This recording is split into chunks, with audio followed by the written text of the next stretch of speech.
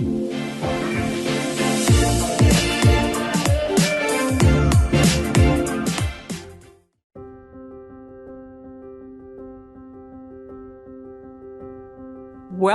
to Cafe of Delights, conversations that enlighten and inspire with me, your host, Gale West. We are at the precipice of one of the most exciting evolutions in human history, from science to spirituality, culture, arts, cutting-edge psychotherapies, new economies, and more. We will explore how to create a world where all can thrive. In a series of riveting interviews, you'll have the opportunity to hear from those that are actively working at the edges of local, regional, and global transformation. Join me, your host and author of the book, Money Come Dance With Me, Gale West, to be inspired, delighted, and filled with hope for a new reality. Cafe of Delights starts now.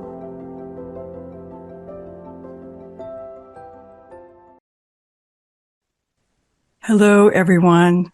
I'm Gale West, and you are on Cafe of Delights. And I have a guest who's an absolutely amazing woman. She's one of my mentors. I'm so excited to have her, Shiloh Sophia McLeod. Shiloh Sophia lives life as a great adventure, narrated by the creative fire of her muse. She has dedicated her life to the belief that self-expression is a basic human right, and shares her message with tens of thousands around the world through her paintings, poetry, and teachers. For the past 25 years, she has led a global movement of revolutionary education and art, focused on healing and transformation, called intentional creativity.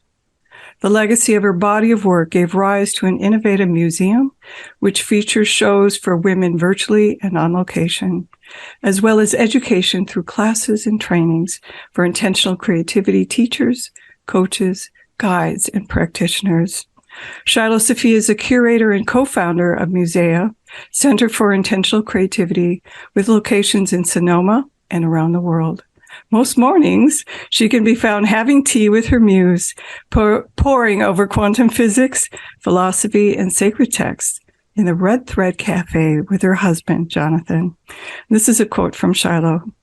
I believe making art with intention combines the best of healing and recovery through science, embodiment, and mindfulness.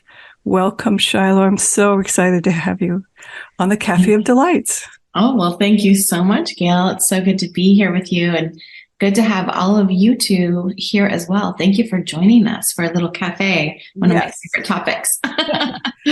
So since it's the Cafe of Delights, I'm going to start with the two questions I ask everybody. And what is delighting your soul at this time? What delights me is community. The idea that everything isn't always fleeting, that there's some things that we can count on and that there's a continuity to it. It's almost a new sensation that I've come into to feel connected to people across the world that some I've met you, but some I never meet, and to just make a commitment to that experience of continuity and community as a true form of living. Mm-hmm. Community is what is my delight. And community is so important these days. So what brings you hope? Well, I am someone who tracks the progress of the world, the future, and the archaeomythology of the past. So I am aware of the condition and the fragile condition that we're in as a species and as a planet. But for whatever reason, I have a kind of hope that is just, it's unreasonable. Like it just is. It's not something I have to work at. It's actually just how I am. I can't wait to get up every single day, even though things are challenging and there are many things to navigate and there's so much hard stuff. That's just me. I'm hopeful. And so what gives me hope, I think, is giving hope and providing an alternate view to, what other sort of informed activists are bringing. Like, I'm like over here, like, yeah, I know what's going on, but we're going to have a good time while we're navigating everything that's going on. Mm-hmm. So that is hope, my own hope, innate hope. And then there's another piece, though, which is just the intelligence and beauty of creation itself. Like the faith I have in creation, in earth, as a way that can renew itself and mend itself, and given any opportunity, that's what it naturally does. And so I have this hope and this combined faith in the intelligence of nature. And my hope is connected with that. So it's a hope that's in relationship with earth, air, fire, water, and ether. It's like I am hopeful in this exchange with creation. It is a place of hope because it connects us to everything. One of the things that on the end of my email is from Wallace Wattles. I love this quote. This is not a bad world, but a good world in the process of becoming. I think what you're telling us is that this is in a process of becoming, and you are part of that becoming. Mm-hmm. I hope I am. What we did before we actually started recording this is we connected with the red thread, and this is about your community. Why don't you, before we get into how you got to where you're going, explain what the red thread is about, because you're talking about community and connection. Mm-hmm. Yeah. I've been working with the red thread in community for about 20 years now. And the red thread is a symbol of connection and a symbol of protection. And when I first started working with it, I didn't know anything about it at all. And we were just kind of getting going in the internet world. I mean, it was happening, but it's not like it is now. So when I first Googled red thread or red thread connection, there was zero. And now if you were to Google red thread, there are tens and thousands and hundreds of thousands of responses. And so it's one of those cultural phenomenons that existed across many cultures, across many continents, that we didn't know about until the internet, but inside that we knew. And so there's so many things to teach. I feel like I could teach about the red thread for my entire life, but for this moment, to me, it's an umbilical cord of connection with the original mother and our original land, mother tongue, where we come from. And it is this sense of always being in this lineage that we are all related, as the indigenous cultures remind us. So the red thread is a symbol that we are all related. It is also the bloodline, right? So it's red, the color of blood, which is red. Our blood is red from the iron of stars. And so really the red blood in us is stardust. So it's a connection to the stars, but it's also a connection to earth, because our first ancestors who were artists used red ochre. It's the same stuff, right? The same stuff that's in the stars, that's in our body, that's on the earth. It's the same material. So it's this color that connects across systems, and it's red because of that. And so that sense of continuity seems to be a thread for me that's running through my life. And so what we do when we're together, the red thread, is there are 4 teachings. They're so simple. And they're at the heart of everything we do. Is you are already connected, and to just feel that sense of connection, and to not exclude yourself or wait to be approved or included or seen. Just be like, yeah, I'm included. And then notice what the energy is like to be included. And especially in virtual settings, it's easier to do that. And then sometimes in person, we're waiting to see what happens, where people are going to sit, right? But in virtual spaces, yeah, let's just already be connected. Yeah. The next teaching is you're called to the circle, because actually right now, if you're watching this, you are called here because you're here. So it's quite literal, but it's also agreeing to understand somehow you got here. You were called to Gale or me or this moment. And so you're just like, yeah, I'm called. So it's an acknowledgement of connection and calling. The red thread also is a reminder that we all have our own piece of the red thread, which is our unique and sacred responsibility, our part in the weave of creation, and that we want to hang out in community with other people who are also taking responsibility for their piece. Mm-hmm. And then the final teaching is of these 4 legends is that we witness each other. And so it's about story, that we take the time to hear one another and reflect and practice generative listening. And that piece is the hardest piece to do in a virtual space, because we can't necessarily witness every single person, especially if I have a circle of a couple thousand people. And so we actually practice for people to feel seen, just by being in presence together, and to give that to themselves. So in a way, all four legends are about something you give to yourself, but in the space of community. And if everybody's doing it, then we create a field, like a literal field where this is more possible. So those are just a few things about the red thread. I've written a whole book about it called The Way of the Red Thread that goes into every detail that I. It's really good. So I know your sacred mission is bringing intentional creativity to the world. And I'd love to hear your origin story. Like, how did this happen? How did you come to this place of the sacred mission and intentional creativity? What a picture. Get as close as I can. So this is what she's showing you for those who are just listening is a picture of. Are you the little girl in the little girl right there in the little patchwork dress? Yeah. So tell us about that picture. Yeah, so this is a picture when I was about 5 years old, just down the road here in Sonoma, California. This is a moment when a woman named Lenore Thomas Strauss came to visit us. And Lenore was the legal guardian of one of my moms, not my birth mom, but my chosen mom, named Sue Hoy Sellers. And then my mom, Karen. They're both in this picture. So Lenore's in the middle, and my mom and Sue are in there. And so Lenore, when Sue was a young woman, basically became her legal guardian to take her out of poverty and teach her art and get her into a safe place. And so we have the idea of being at cause for someone, like really going out of your way to legally protect a child and then ensure that child is safe.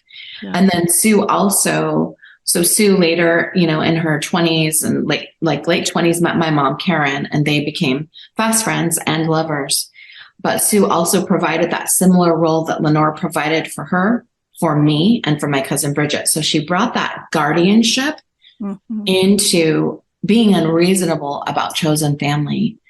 And so while her and my mom didn't stay together for much more than a couple of years, Sue stayed in my life until the completion of her life. And so we have a story where someone is being at cause for someone else and passing on gifts. So that's at the heart of our community. We are at cause and care for others. We are responsible for our peace. When we're strong enough and have enough resources, we try to care for others, and we pass on our gifts. So when Lenore brought Sue into her home, one of the first things she did was get on the phone with all her artist friends and say, I have a young artist here. She'll do labor. She'll do babysitting. She knows how to build. She can clean your boat. She could chop your wood. She could do all these things for you, but you're going to teach her woodworking. You're going to teach her clay. You're going to teach her metal. You're going to teach her illustration. So it was like, we'll bring you into our home, but we're going to give you all this stuff, right? And it wasn't about an exchange of money. It was an exchange of gifts. Yeah. And so Sue brought all those gifts into our family, and our family was already full of creative gifts. Both my mother and my grandmother were already creative. So now we have this idea of extended family, chosen family, and the passing on of creative gifts, and then creativity at the center of the household. So Sue would really bring creative experience into our household. Like, we would be sitting at the table and drawing. We would go to the beach and we'd bring our books. We would go to the museum from the time I was a child. So she brought art as the central focus into the household and really shaped my entire family and certainly my experience. So she was with me, from the earliest days of my mom's pregnant with me all the way my whole life. So the influence of having two moms and having them both be creatives is the origin story. And going back to Lenore, Lenore gave it to Sue. Sue gave it to me. I give it to tens of thousands of people. So the lineage story is the passing on of gifts. But we have this additional element to it, which is the intention piece. And intention is the magnifier of life. It is something that we're all doing all the time, but becoming conscious of it changes everything. So we're all trying, well, not all, but I mean, like a lot of us who are semi-awake, like just as awake as you can be in any given moment, which is what I call awake. We make our food with love. Right? Gail and I got dressed for you today, and put on our refinery is to be with you. We intentionally created ourselves to be with you and each other, the way we dress, the way we eat, the pillows that we put on our bed, so the basic kinds of things that are day to day, or intensifying what the blanket or that dress my grandmother made for me. She made that for me. So she's thinking about me. So all the basic arts of all of our ancestors, we all were intentionally creative. And the time we stop being intentionally creative is when there's mayhem, chaos, conquest, occupation. We stop being able to be creative in a patterned way, and we lose our thread. And so for me, intention is everywhere. And then we choose to amplify it through becoming conscious of paying attention to how intention feels as we're creating. So in our work with painting and with writing, we're literally encoding the whole canvas with intention and with prayer.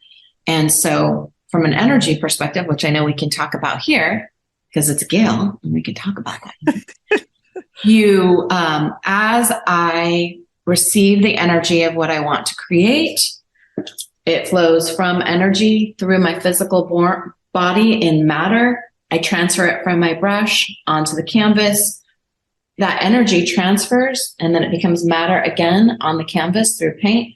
I witness it with my eyes. My brain reconnects with the intentionality. And then this circuit is started of intentionality, and it changes consciousness and somatics in real time.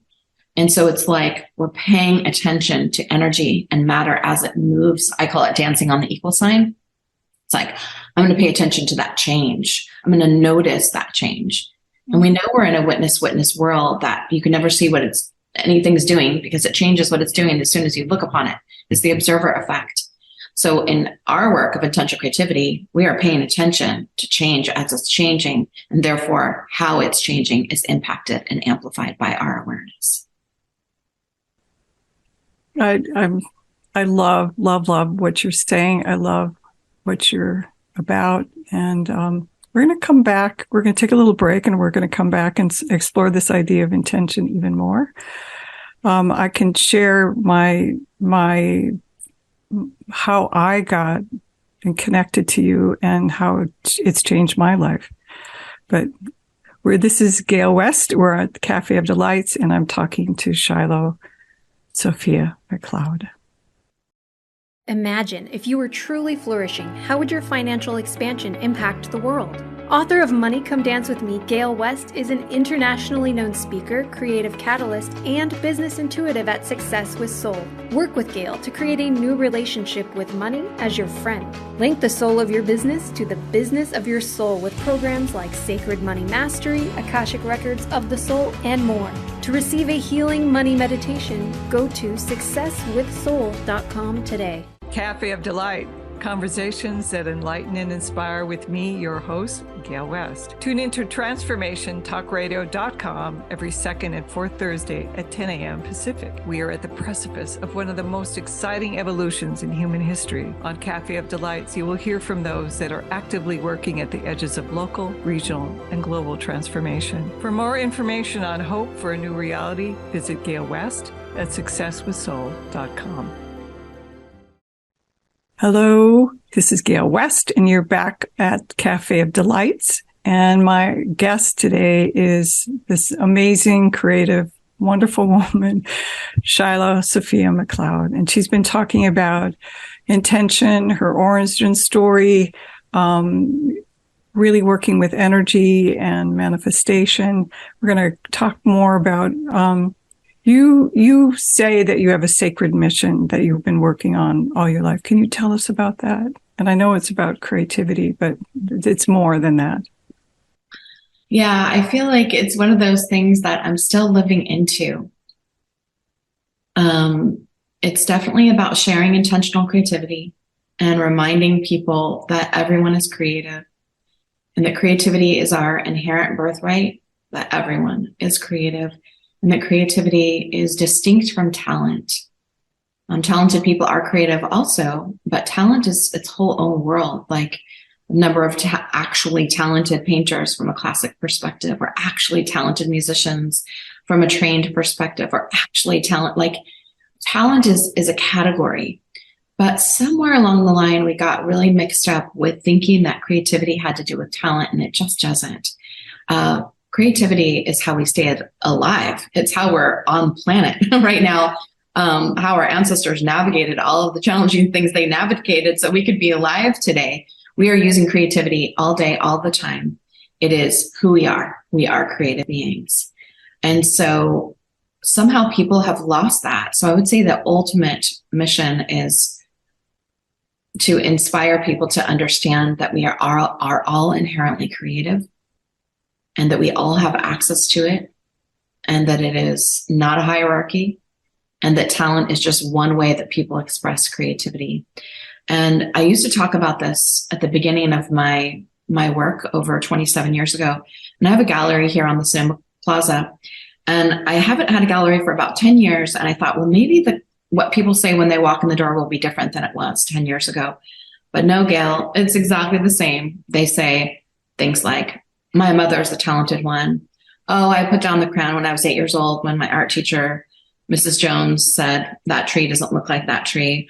I'm not the one in the family with talent, or gosh, I don't have a creative bone in my body, or I wish I could be talented, or I wish I was creative.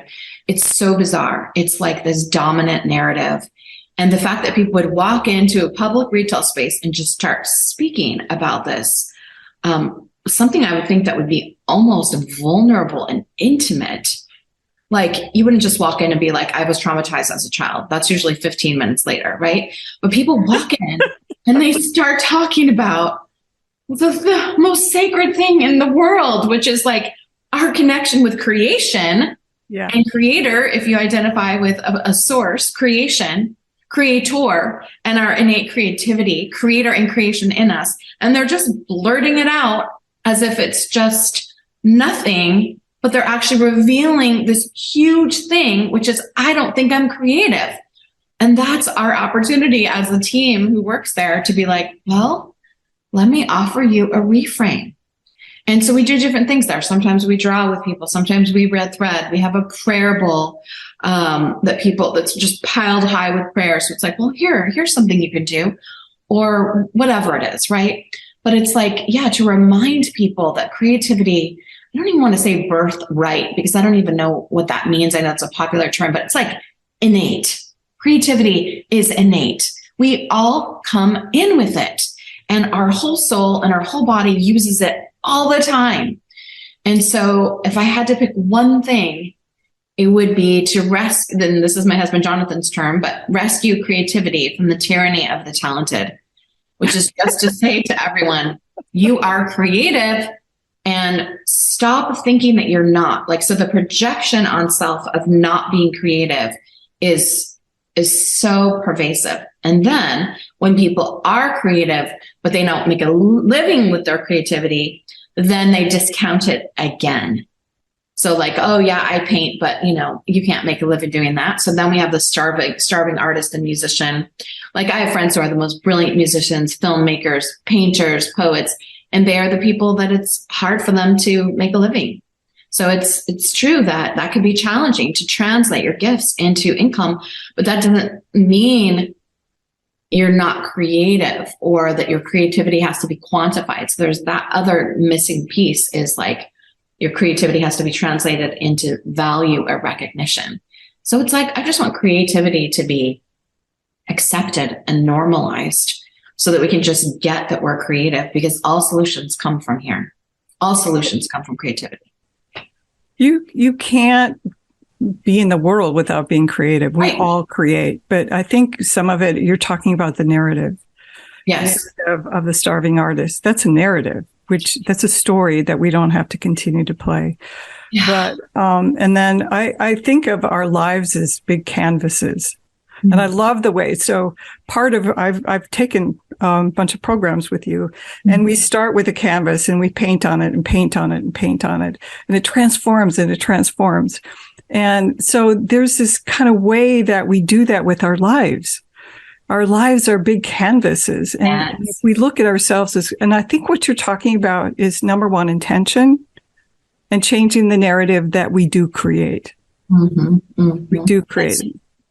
Yeah, that we are creative and innately, and no one else can take that from you or give it to you. So what do you, so when people come in and they go, I'm not very creative. And I think what you're talking about is redefining creativity.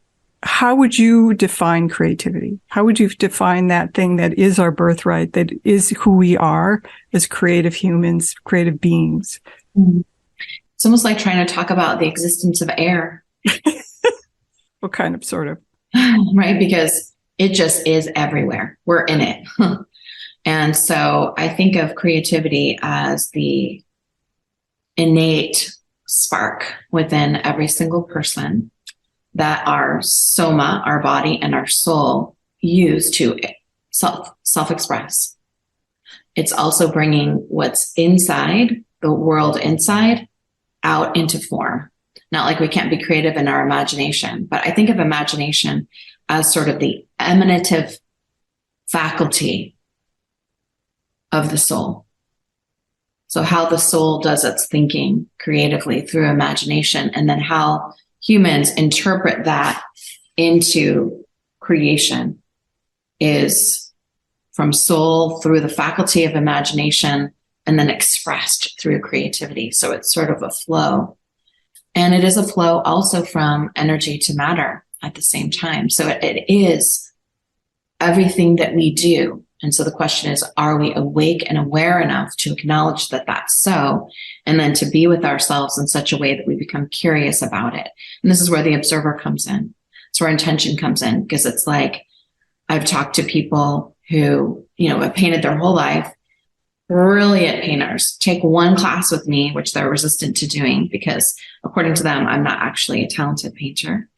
And so they take a class with me, and then all of a sudden they're like, oh my God, my entire life, I haven't even been thinking about this. I've been trying to duplicate nature. I've been trying to, whatever it is, but they had not one time thought about connecting with the art in a self-observational way. I led a class for a teenager the other day who, identifies as an artist, has taken all these art classes and wanted to work with me because they had a sense that what they were missing was intention. And I've known them a long time. So we sat together, we started painting, and I was like, what are you noticing? We just had this really simple little dialogue. And she was like, okay, well, this is what I've been missing. Creativity and making art is a way to access what you're thinking and feeling from inside.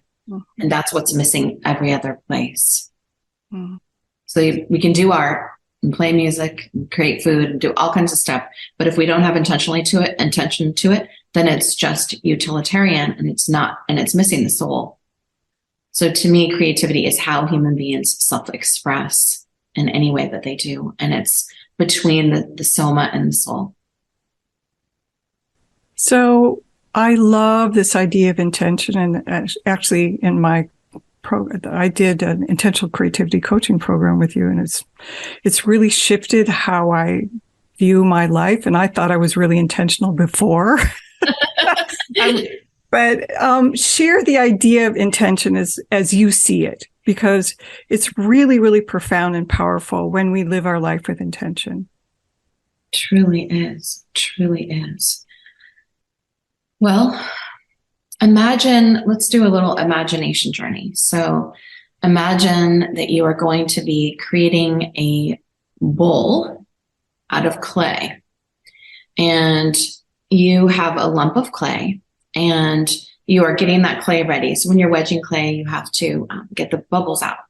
And this is the actual story of how intentional creativity came. But as I'm wedging the clay, my teacher, Sue, says to me, I say to her, can we just go get clay at the store like the other kids? Kind of like a joke. And she says, no, you have to make the clay yourself. So we dug it out of the hill and the whole thing. And she says, what do you care most about seeing transformed in the world? And I said, I want suffering and violence to end in my lifetime, especially for women and children and animals. And she said, well, put that into the clay as you're wedging.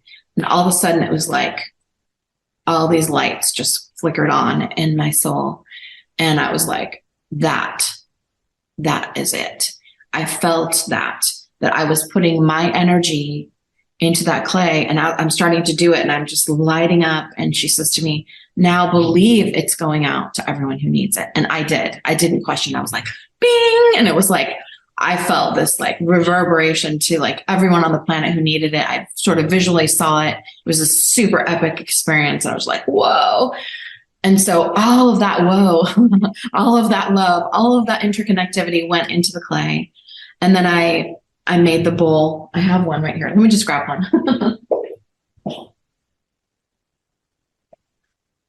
This is from 1995. So I was 25 years old. Wow, it's beautiful. Yeah, and it's clay that I made, the little initials on the bottom. And so this bowl was made within that week of that story happening. And so while I'm making the bowl, it's not just a bowl for water or food or a candle.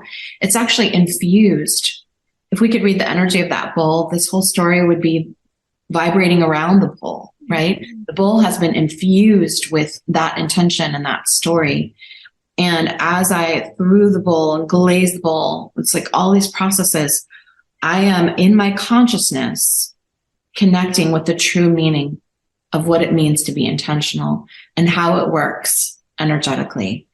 And my entire philosophy for everything that we are living in our community at Musea really stems from arriving at that moment in my life where recognizing that the innate power of the human being is to bring our energy into matter, and then how that matter holds that energy, and then how we as matter and energy receive the information from it. So Sue used to say that we're resonators. And so literally, yes, I believe that if someone had that capacity to see, they could see everything in the energy of that bowl. Everything can take a charge energetically. They have measured everything. I could put a charge into a pen or a phone or anything else, and it would hold the signature energy. Things that are more natural are going to, like if I put energy into a pen and then I put energy into a rattle, right? They're both capable of taking on energy. But the thing which is most closest to actual nature, wood, skin, leather, is going to hold a little bit of a different charge because this has been highly processed matter, right? But it's my energy that goes into it and that it takes a charge. So when I play this rattle created by a native person that I met, I never don't think about them. I think about the moment I saw them. I never don't think about them when I pick up that bowl. I never don't think about Sue. So it's also this way that we are. So it's a way that we are with nature. I have a container of water here. I think my computer desk is just filled with ritual objects. A container of water here. This is water from a creek that we steward here in Sonoma, and that was filled up when I was with 30 women friends at the creek. And so it carries the energy of those women. So it's like an acknowledgement of the imprints of matter that are the energetic imprints. Because of course, everything is energy, even matter is actually energy. It's just organized differently, right? So intention to me is the entire framework for how a human being can choose to operate their human faculties and their divine faculties toward living a life of absolute care. I have a curriculum called Care for Creation, and it's about becoming conscious in every area that you can about intentionality. And a really simple example is like, okay, so we purchased this creek recently. It wasn't very much money, but it goes into our watershed, so it needs to be protected. And there's redwood trees, and all these people wanted to buy it to build on it. It's ancient, it's gorgeous. And I was like, I am going to steward this creek. It's called Wild Water Creek. And as soon as I say that in my head is, you are being stewarded by the creek. It's different. It changes the rotation. So instead of human, I'm helping you, creek. It's actually creek is helping me. It's like such a different framework. So when you're in intentionality, you start to hear these distinctions and move away from settler, colonizer worldviews and into something that's much more in reciprocity with creation itself. And that's creative. Yeah. And part of what you're talking about is choice. And indigenous cultures, that's what they do. They're recognizing that we're creators with creation. That's right. And when we choose to be in relationship with creation, we recognize that we are part of this whole cosmos that is one with the divine. And, it used to be that, this was what they call woo-woo, which I think is really disrespectful. But now people know it's science. If you look at the science that's coming out about consciousness, this is science. What you're talking about is not kind of out there, but it's science. It is. It is science. I mean, science is a study, right? And so we are studying this and we know that this is real. And science is only just getting caught up with us who have been in a spiritual framework. Yeah. So we're going to take a break. And when we come back, we're going to go more into what is creation, what is intentional creativity. This is Gale West, and I'm here with Shiloh Sophia McLeod, the amazing woman. And this is the Cafe of Delights. Thank you. Imagine if you were truly flourishing, how would your financial expansion impact the world? Author of Money Come Dance With Me, Gale West is an internationally known speaker, creative catalyst, and business intuitive at Success with Soul. Work with Gale to create a new relationship with money as your friend. Link the soul of your business to the business of your soul with programs like Sacred Money Mastery, Akashic Records of the Soul, and more. To receive a healing money meditation, go to successwithsoul.com today. Cafe of Delight. Conversations that enlighten and inspire with me, your host, Gale West. Tune into transformationtalkradio.com every second and fourth Thursday at 10 a.m. Pacific. We are at the precipice of one of the most exciting evolutions in human history. On Cafe of Delights, you will hear from those that are actively working at the edges of local, regional, and global transformation. For more information on hope for a new reality, visit Gale West at successwithsoul.com. So we're back on Cafe of Delights. This is Gale West, your host, and I again have Shiloh Sophia McLeod. So I know you talk about the moment of you felt what your mission was, which was making that bowl. And how is that translated into your work? I know you've been doing it, what, 20 some years, 27 years? I was 24 when it all happened, and I'm 52. Whoa. What's the math? I don't know today. Over 25. How do you feel your work is impacted over time? And where do you see, and I know you have so many programs, but where do you see it going from here? It's been a really curious journey, I have to say. In a way, I kind of took the track that Buckminster Fuller took when he went on the critical path, which is to let serving humanity be the primary thing and to not be about self, be about self from the perspective of what can self do to bring a contribution to humanity. In a way, I have had that same sort of innate desire to serve, and it is innate. It's not something I work at. I just have this unreasonable love and this unreasonable hope and this unreasonable desire to give the gift of creativity. And for that, I am super grateful that I just want to do that. And so the work has been unfolding in such a curious way. I mean, we had reached 100,000 people by the time I was 30. I have self-published books that have easily sold 15,000 copies. I've self-published 8 or 9 books. We have 11,000 people in one of our groups. We have had a big reach in a way, but the impact hasn't been what I thought it would be by this time. Because I just thought this is just so good and so normal and so helpful that it's just going to be in every psychotherapy office in the world. It's going to be in every hospital. It's going to be in every jail. It's going to be in social services. I thought that what we're doing would be normalized by this time in my life. And it's not. We still have STEM instead of STEAM for kids, right? We're moving further away from self-expression with the advent of AI, the way that it's moving.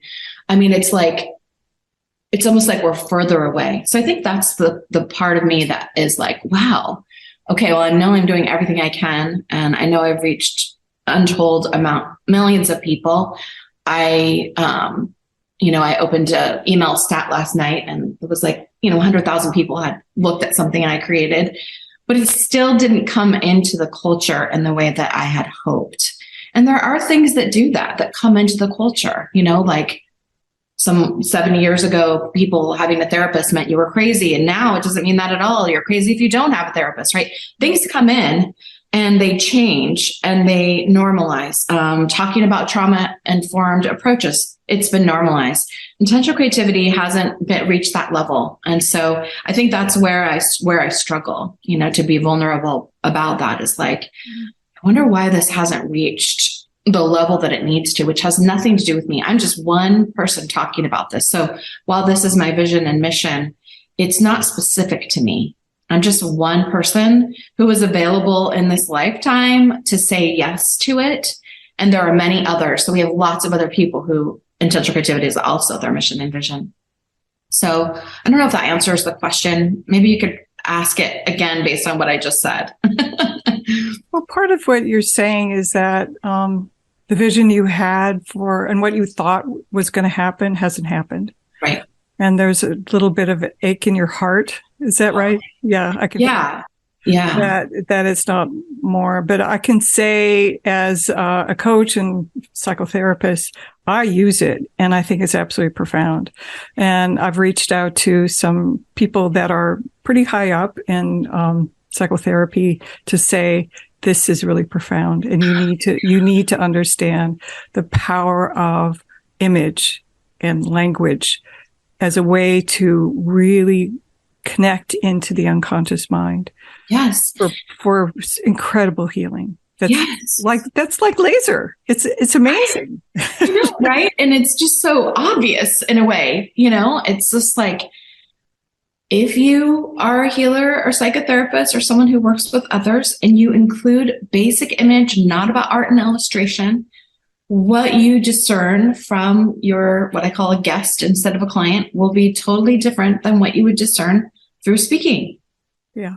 Right. And so it's like, yeah. So I feel like I'm still so motivated to bring it out. And I hope that one day it'll just be like, okay, now we're doing that. It's the 100th monkey has occurred. My Sue used to say it's a real challenge being the 68th monkey, because as soon as the 100th monkey washes their sweet potato, then everybody does it.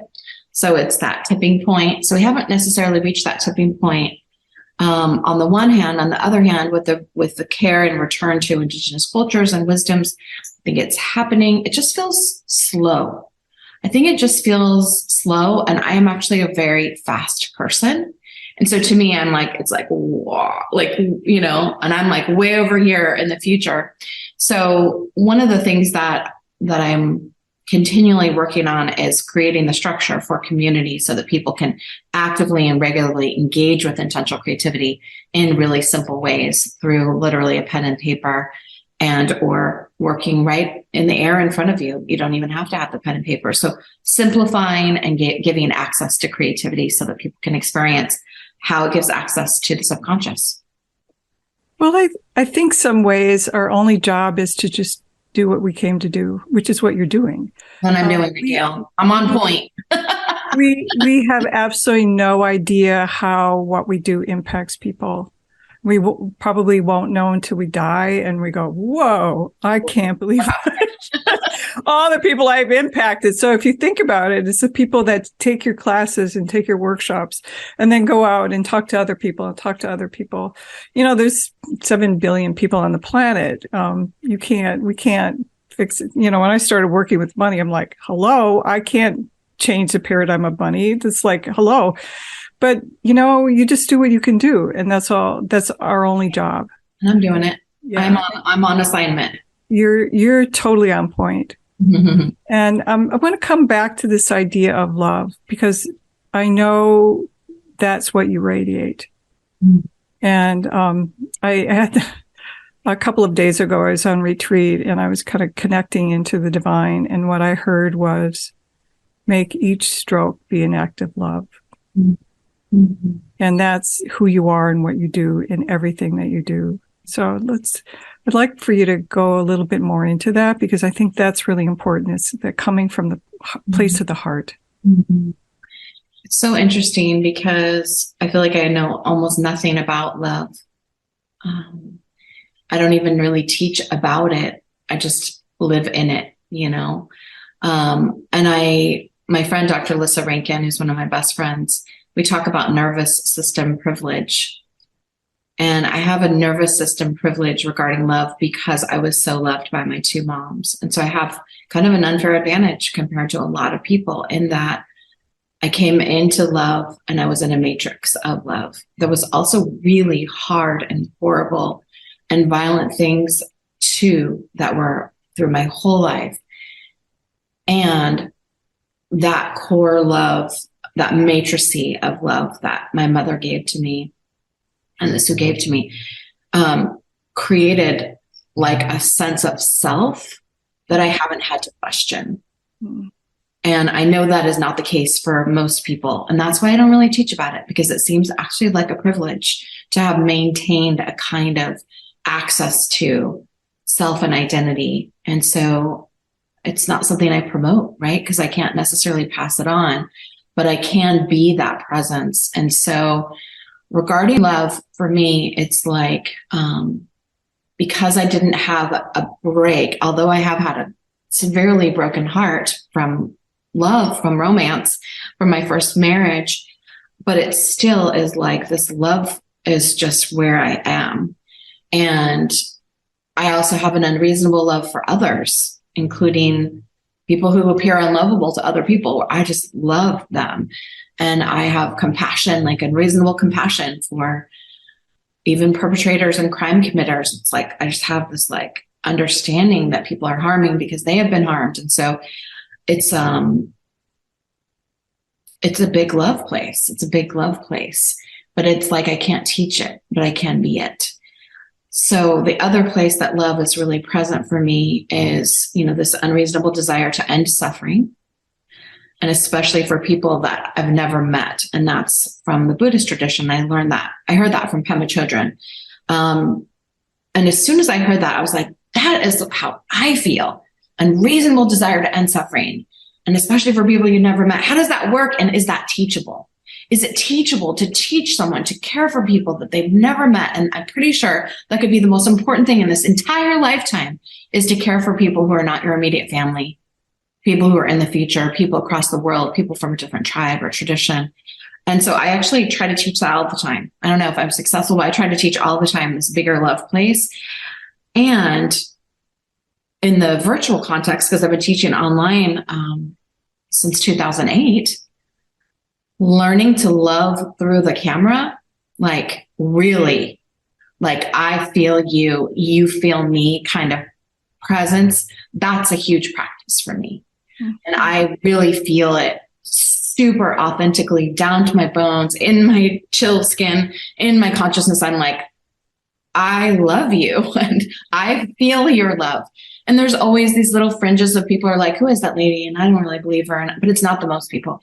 Most of the people in a circle with me are going to actually feel the love and practice feeling loved and practice feeling seen, even if I'm not seeing them visually. So there's like this exchange of presence that is the most active practice of love and compassion that I can generate. And it's fascinating that it's in the quantum, in person too, but in the quantum, it's like, I actually feel the people just like I did that first time when I felt all the suffering in the world. I'll just say also, right after that feeling all the suffering in the world thing, where I was sending the love to all the people suffering, I also had a counter thing happen, which is like, I felt like I could hear the cries of the world.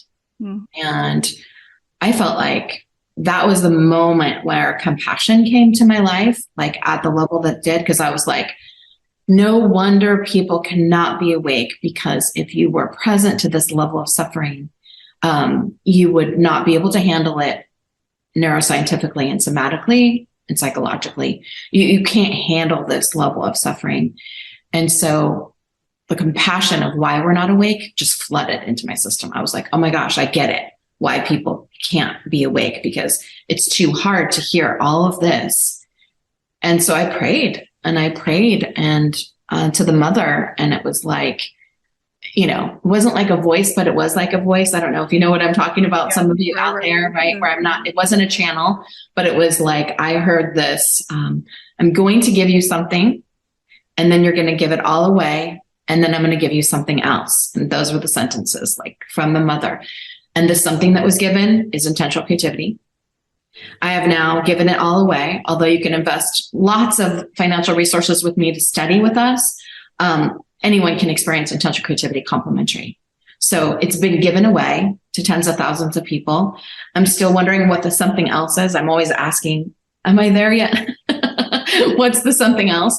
But I literally feel intentional creativity was given as a medicine from creation and creator that has always been here. And part of my assignment was just to tell people about it and share it, and to love people enough to do that.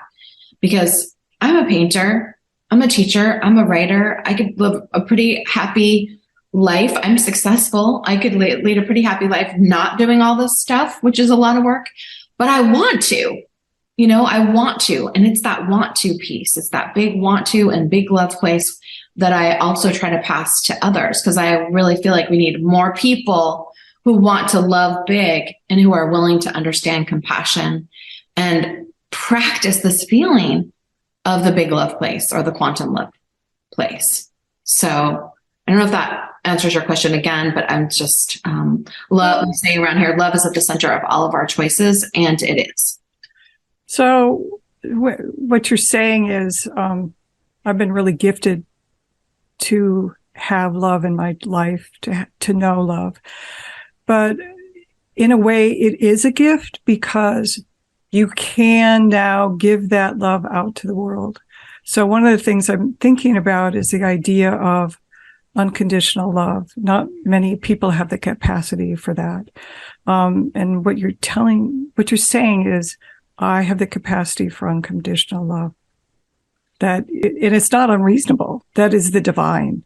That is the love of the divine. It's, it may not be everywhere all the time, but I definitely experience that as a predominant framework of like just understanding. And my mom had it too. Like, just we only are being the way that we're being because we've been hurt.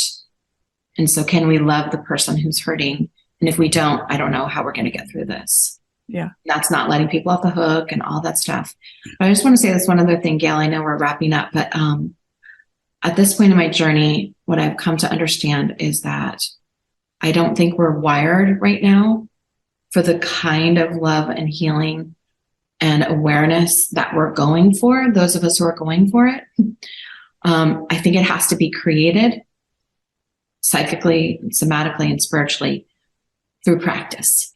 And so at the heart of our work is what we call path of practice. And that is, you actually practice becoming capable of a wider, deeper, juicier level of capacity for yourself and for others. Because if it was innate and just already here, we would already be done with racism and sexism and power over structures. It would be over. But we need to build ourselves, and creativity is literally the way to build it. It's not a concept. It's a reality. It's life. So we're wrapping up. How do people connect with you? How do they know about your programs? Mm-hmm. So give us a little bit of... Yeah. So, so you can have more Shiloh. Yay. And it's me and a whole bunch of other people, because we have about 40 women on our team from around the world. So Musea is our company, and it's musea.org. It stands for museum, because we have a foundation that centers on women's work. University, because we provide education. We actually have a 4-year degree. Sanctuary, because we have a spiritual global center that we've been working in for 11 years. Ecosystem, because we hold and are stewarded by land and are committed to reparations and sense of place. And then Atelier is our workshop. This is where my paintings, and my husband makes medicines and teas. So Atelier is sort of like the marketplace. So that is our Musea. It really stands for these areas of our vision. And then I also have a Substack called Tea with the Muse, where I narrate and orate and do poetry and send out all kinds of things that my muse inspires me to send. Because I have a magic paintbrush and I will use it. So musea.org, right? And you can find out more about Shiloh, her programs, and her incredible love that she sends to the world. Thank you so much, Shiloh Sophia McLeod. And this is Cafe of Delights with Gale West. Thank you for tuning in to Cafe of Delights, conversations that enlighten and inspire with me, your host, Gale West. Listen or watch live every second and fourth Thursday at 10 a.m. Pacific on transformationtalkradio.com for a series of riveting interviews from those who are actively working at the edges of local, regional, and global transformation. From science to spirituality, culture, arts, and new economies, and more, we will explore how to create a world where all can thrive. For more information on hope for a new reality, visit me, Gale West, at successwithsoul.com.